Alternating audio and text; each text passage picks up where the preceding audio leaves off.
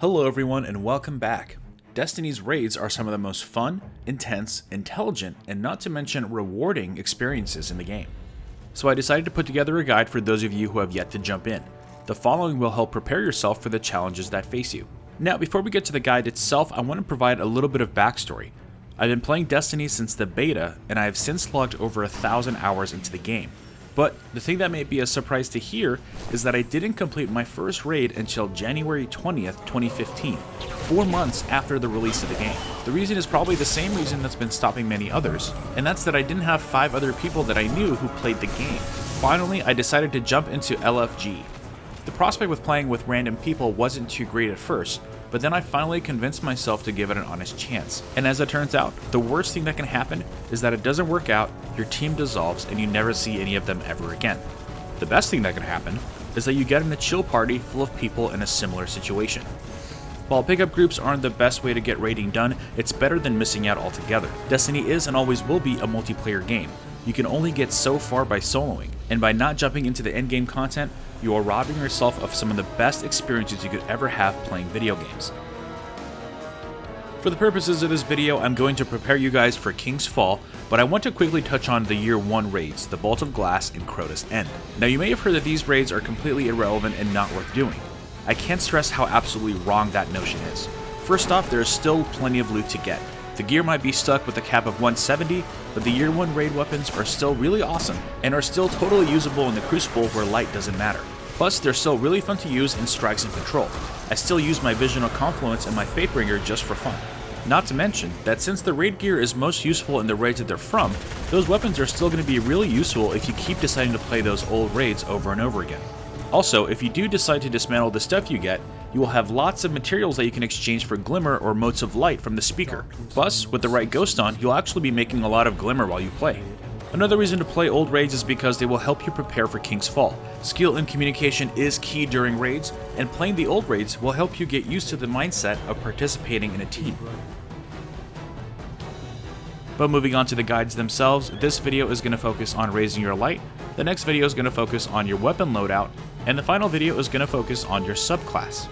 So the first thing you're going to need for King's Fall is to raise your light between 280 to 290. A lot of the following tips are given in more detail in my 5 tips for Glimmer and Glory video. Click the image on screen or follow the link in the description box below. But to quickly recap, you will be gradually growing your light through the new gear you find in engrams. The attack and defense of what you decrypt is dependent on your light, so make sure that you're at the highest light possible when visiting the Cryptarch. Also, I recommend pledging allegiance to a faction if you haven't already, and work on your Vanguard reputation. If you need some help choosing between a faction, I highly recommend Dead Orbit. Out of the 3 factions, their gear is currently the most useful for King's Fall. We'll get more specific about that in the next video. Now you will get lots of reputation as you play through the main quest, but running strikes is the quickest way to get more rep. Not to mention you get lots of engrams too, with a pretty high rate for legendaries. Also remember that the normal strike playlist nets you the same chances rewards as the heroic, so don't feel like you have to play the heroic playlist. The last thing I want to mention is that don't be discouraged if you don't have a full set of legendary armor. Rare gear doesn't have as many perks and doesn't contribute as much towards your intellect, discipline, and strength, but I recommend using rares instead of wasting your marks early on by infusing up legendaries. I say that because there's going to be a lot more things that you're going to want to spend your marks on, like weapons and ghosts. Speaking of which, there are a couple things that are most likely holding you back, and that's your ghost and your artifact. These are less commonly found as drops until you get to nightfalls and other endgame activities. For the ghost, I recommend simply buying one from the vendors. My recommendation is the Vanguard Shell with Cleansing Ritual. You can buy the ghost from your Vanguard Handler at 280 light. Cleansing Ritual will give you more glimmer when you're fighting the Hive, and believe me, you're going to be fighting lots and lots of Hive in King's Fall. Even more than you fight the Taken. For the artifact, I recommend hitting up the Court of Oryx. Just head over to the Hall of Souls on the Dreadnought and submit a rune to the statues. You may have found a few runes around the Dreadnought without knowing why you have them. This is why. If you don't have any runes, simply go out and kill Taken around the Dreadnought until they drop one. It will take some time and work, but the Court of Oryx is the most lucrative from a loot standpoint, and for some reason has a very high rate of artifact drops. As you can see, the answer to how to get 280 light is to simply keep playing the game.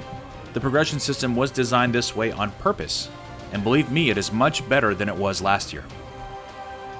Once all of your armor pieces averages out to 280 defense, you have done half of the work. In the next video, we're going to be talking about weapon loadouts and the best selections for King's Fall. If you have any tips about armor, leave them in the comments below. Drop a like if you can, and subscribe for more content. And I will see you all next time.